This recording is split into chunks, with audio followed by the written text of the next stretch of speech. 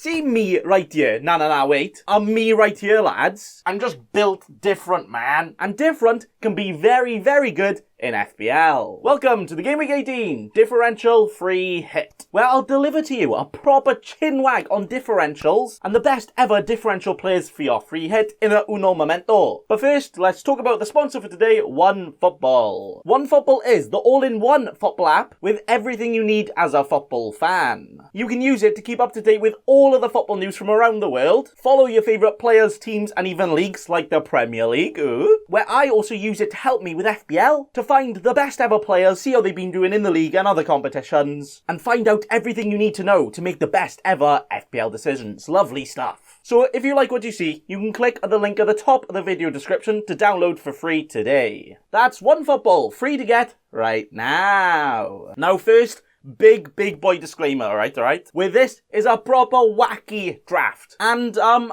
not even sure any of you would want to even pick a single one of these geezers. But we'll find out, okay? But I do want to chinwag with the idea of differential players first. So welcome to Bacon Boy School and I will teach you everything you need to know. Where if a player is only owned by 1% of the people in the world, and he goes and bags an amazing hat-trick for himself, Joe Linden 20-pointer, right? Then, not so many other people are getting those points. So if that scenario happens, that is the most optimal way to get points in FPL, to make sure you beat everyone. As you know, you get the points, but no one else does. Free points everywhere. So having a few very low-owned players, especially in something like a free hit, a wink, could actually be season-defining to make you win FPL. Not even joking, lads. So this draft is basically just a team full of them, where the team itself might not tickle your pickle, and you probably look at the end and be like, what is that?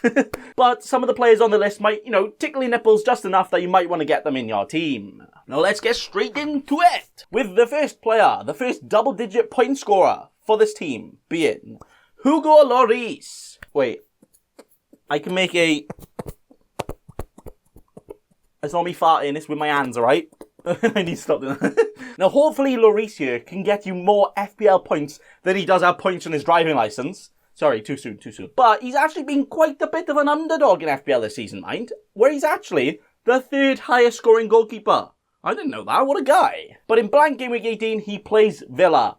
Maybe. Now, it probably will be postponed, but for now I'm going to pretend like it's not, just so I can talk about the type of player he is, where I'm more looking at the parameters and showing you why this type of keeper could be one of the best ones for your free hit, alright? But yeah, I do think it's going to be postponed, so not actually Lloris, but we'll shut up. Well, Lloris has made a lot of saves this season, actually one of the most saves out of most keepers. And Villa are actually one of the most trigger-happy teams in the entire league, sometimes getting close to 30 shots in a game. Like, what? But they're just a team that always likes to shoot and always likes to force some saves. So that's more what I'm looking at here. A keeper that makes a lot of saves, playing against a team that will force him to make a lot of saves. Where, yeah, your odds probably aren't very good of him getting a clean sheet if the game was to actually happen. Probably won't. But if it did pay off, he could potentially be one of the biggest point-scoring keepers of the week. As you know, extra point for the saves, extra point for the bonus, extra point for you. But then also, a keeper like this might not actually be quite high owned, as a lot of people would rather go for the safer clean sheet, but potentially not as high point scoring, because like a De Gea, like a Leno, might not have to make as many saves. Now that's not to say go and pick Sanchez for Brighton, because Man City will have the most shots. Now you still want a keeper that can keep a clean sheet, but Lloris definitely can do that. Which is why he is the first player here, in before the 100 comments about the game being postponed, right?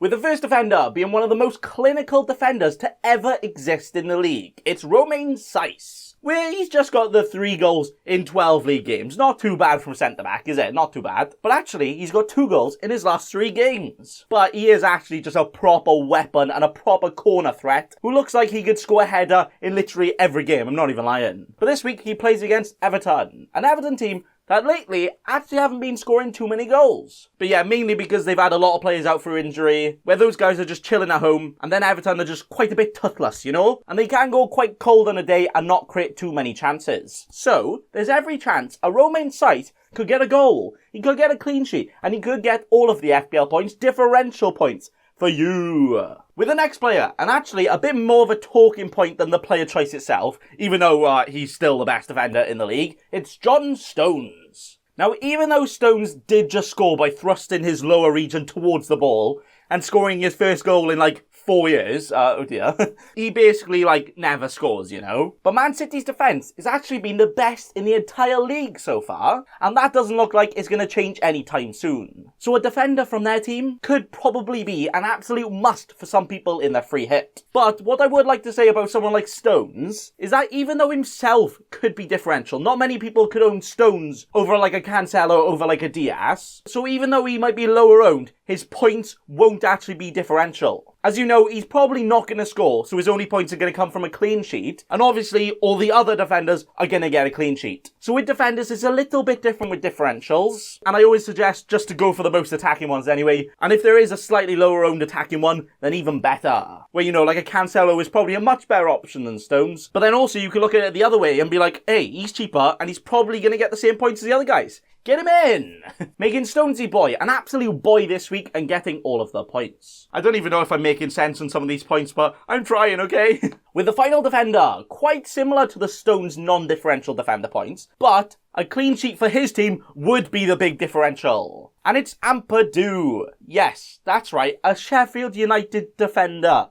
You know, the team that have yet to keep a single clean sheet in 17 games.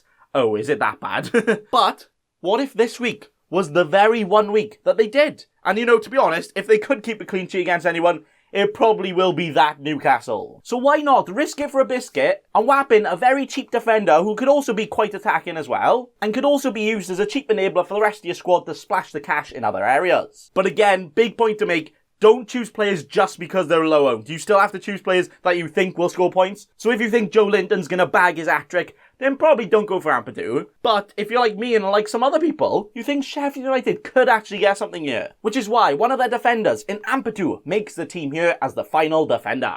With next, the first midfielder, the once essential man at the start of the season, but now essentially, no one wants him. It's Aubameyang! Arsenal players might actually be very high up on the list of most chosen free hit players this week, which is proper wacky, because imagine trying to say that like 3-4 weeks ago. You would actually just be laughing and be like, no. But out of their players, I am actually yet to see too many Aubameyangs in there. Where yeah, he has been social distancing from scoring lately, and he hasn't been quite on it this season, has he? But, you know, it's Aubameyang. I really wouldn't be surprised if he could get a hat-trick out of nowhere. And he's actually starting to play up front in some games as well now. So even more chance for him to get some goals. Now, his price might turn you off. Might not twist your nipples in the right way that you want to get him in. But, like I said, a hat-trick isn't very unlikely. At least a goal could be very likely. And also, because of his expensive price, that could actually make him a differential where not many people want to put all of that money into a player in the free hit, where you know he could still go on to be the highest scoring player this week. So why not whap him in for some extra juicy points, making him a choice, yeah. Not gonna lie, lads, feeling a bit rusty today. Like, I feel like words are just squirting out my mouth, but I don't know if any of them are making sense. Alright then. We're next, and, apparently, Man City's new most clinical player. No idea how this has happened, but it's the one and only Gundogan. Gundagees. Gunda gonna get you more points, where he's actually only scored, 3 goals in his last 4 Premier League games, and also plays for the team that, will probably score a lot of goals, playing against a team that concede all the goals and keep no clean sheets, and he only costs 5.4 million, and he's only owned by 1% of people. Yeah, wait. Hang on. Now that's a very sexy differential choice option if I've ever seen one before, right? When most of you, including me, just think this is a bit of a blimp. Surely he's not going to keep it up, right? But maybe he does. And maybe he could actually be a very good shout for a free hit player that, you don't have to keep on later on. Because, in terms of form, he's actually one of Man City's best options right now. Yeah, what is going on? But I myself probably wouldn't choose him because he's a bit boring, but he could still be a pretty good option. With next, it's the one and only Pedro Neto, who has actually scored quite a lot of FPL points this season, a whole 80 in total, making him one of the top 10 highest scoring midfielders so far already, but also, out of all those players, one of the cheapest, whoa! And if you don't want to chuck in too many differential players in your free hit team, the cheaper ones are usually, less risky as you're not spending as much of your budget, so some people might prefer to do that instead. But Neto, he's just a bit of a tidy footballer and a really good footballer, isn't he? Who has been one of the key parts to the Wolves' attack this season. So, you know what, I really wouldn't be surprised if he could get something this week. Where even though Everton's defence has been pretty damn good lately, it's still still not invincible, especially for the Pedro man, which is why he makes his team and could be an option for you. We're next, and the final midfielder for today. It's Anwar El Ghazi, or El Giza as I call him. As since he started to start all of the games for Villa, he's actually been their top goal scorer.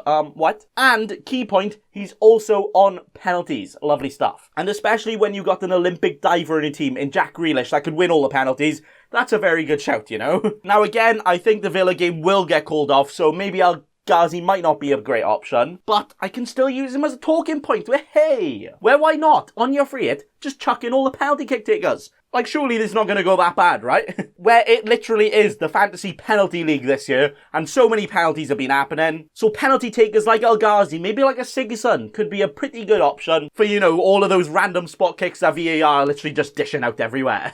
But also, don't just choose a player just because he takes penalties. He still has to be a good player. Like, don't go picking, like, Ruben Neves or someone from Wolves, yeah? At least pick, like, attacking players normally.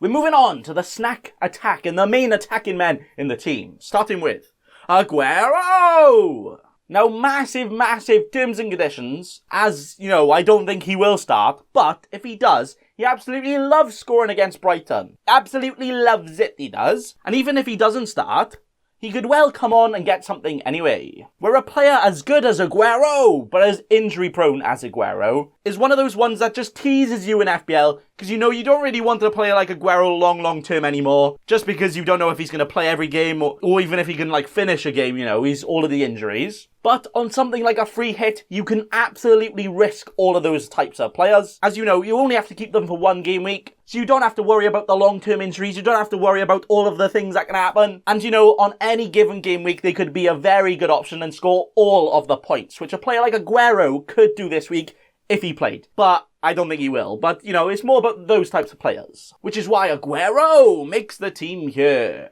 With next, get the gloves out, because next, it's ice cold Tony Martial, where he's had a bit of a wobbly start to the season, hasn't he? He hasn't been quite himself. And also Man United now have cover, so it's even more of a bit a risky business going on there. But against a team that just sit back and allow you to have all the shots, could actually be very good for Tony Boy here. I mean, Bruno and Rashford are obvious picks, and you definitely should go for those over Martial. But if you want to double up, have a bit of a double trouble from the United, why not get a Bruno and Martial to proper go for it, you know? Because, like, if you're not confident of a Man United clean sheet, but you think they're going to score all the goals, just go for it. Get a Bruno, Martial and Rashford. Just absolutely go for it, lads. Free it. Don't be scared. Get in those players that you think are going to score all of the goals. But the final differential player and the final choice for today, it's the Brazilian, Richarlison Dino, who's actually been one of the most exciting players of the season so far, where he looks like he could score in every game. And he also looks like he's going to flop to the floor every game with all the dives as well.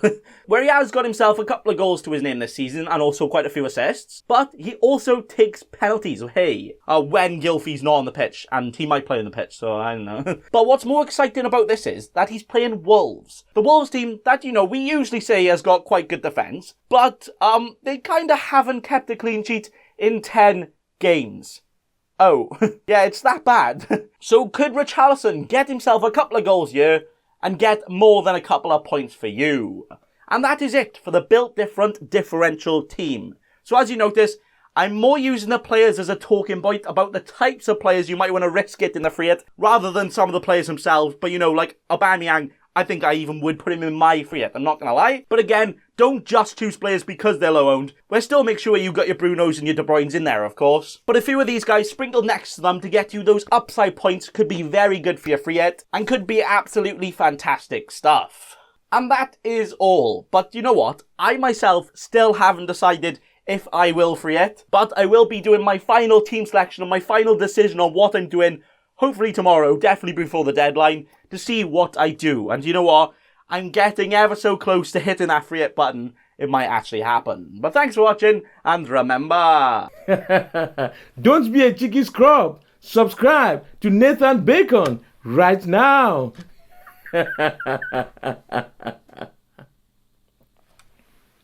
Don't let your memes be dreams.